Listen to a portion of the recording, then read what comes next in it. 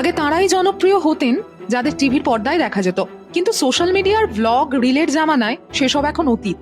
যাদের লাইক বেশি, ভিউজ বেশি, হালফিলে তাঁরাও কিন্তু কোনো সেলিব্রিটিদের থেকেই কম যান না। আর এই ভাইরাল হওয়ার চক্করে জীবনের ঝুঁকি নিতেও পিছপা হন না একাংশের ক্রিয়েটাররা। আর এই ঝুঁকি অভিশাপ হয়ে এলো এক যুবকের জীবনে। ঘটনার ভিডিও ভাইরাল হয়েছে সোশ্যাল মিডিয়ায়। গত 14 জুলাই একটি ভিডিও ভাইরাল হয়েছিল সোশ্যাল মিডিয়ায়, যেখানে দেখা যায় এক যুবক চলন্ত ট্রেনের হাতল ধরে ড্রাইভ মারছেন স্টেশনে। ট্রেন প্ল্যাটফর্ম ছাড়ার আগেই সে স্টেশনে লাফিয়ে পড়ে। এই হলো তার স্টান্ট। ওই যুবকের একটি ভাইরাল ভিডিও দেখে তদন্তে নেমেছিল রেল পুলিশ।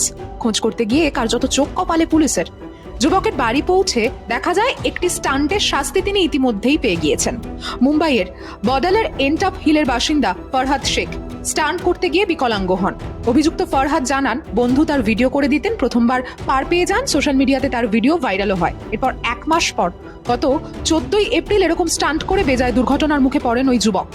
উল্লেখ্য, এই ঘটনার পরিপ্রেক্ষিতে সেন্ট্রাল রেলের আবেদন, কেউ ট্রেন বা প্ল্যাটফর্মে এই ধরনের স্টান্ট করছেন নজরে পড়লে 9004410735 বা 139 নম্বরে রিপোর্ট করুন।